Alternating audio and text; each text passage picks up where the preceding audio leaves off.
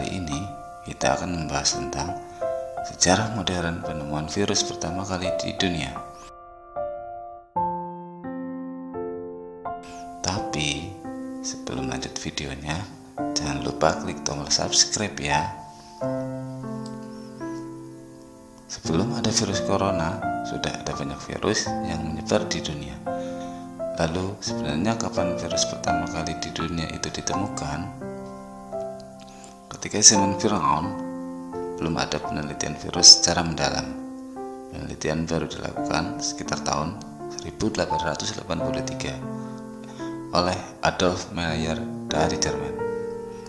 Ilmuwan itu pula yang pertama kali menemukan virus ketika sedang meneliti penyebab penyakit mosaik pada tanaman tembakau. Istilah virus asal dari bahasa Latin yang artinya racun. Penyakit mosaik tersebut menyebabkan bercak-bercak pada daun tembakau sehingga menghambat pertumbuhan tanaman. Oleh karena itu disebut mosaik.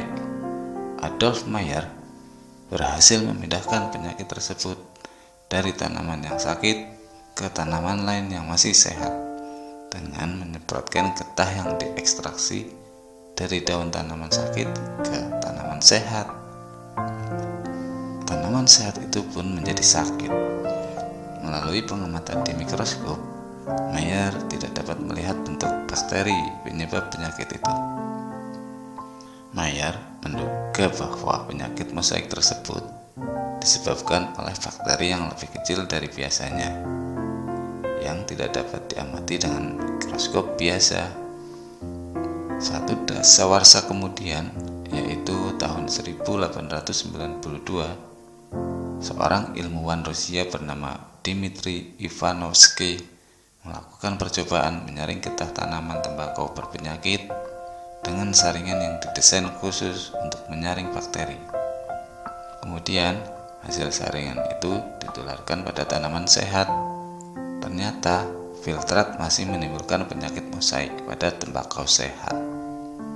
Seperti halnya Meyer, Ivanovsky berkesimpulan bahwa penyakit tersebut disebabkan oleh bakteri patogenik yang sangat kecil atau bakteri penghasil toksin yang dapat melewati saringan. Berikutnya, di tahun 1897, seorang ahli botani Belanda bernama Martinus Beijering melakukan eksperimen yang membuktikan bahwa agen penginfeksi yang terdapat di dalam getah tembakau dapat berkembang biak. Beijering menyemprotkan getah yang telah disaring ke tanaman lainnya.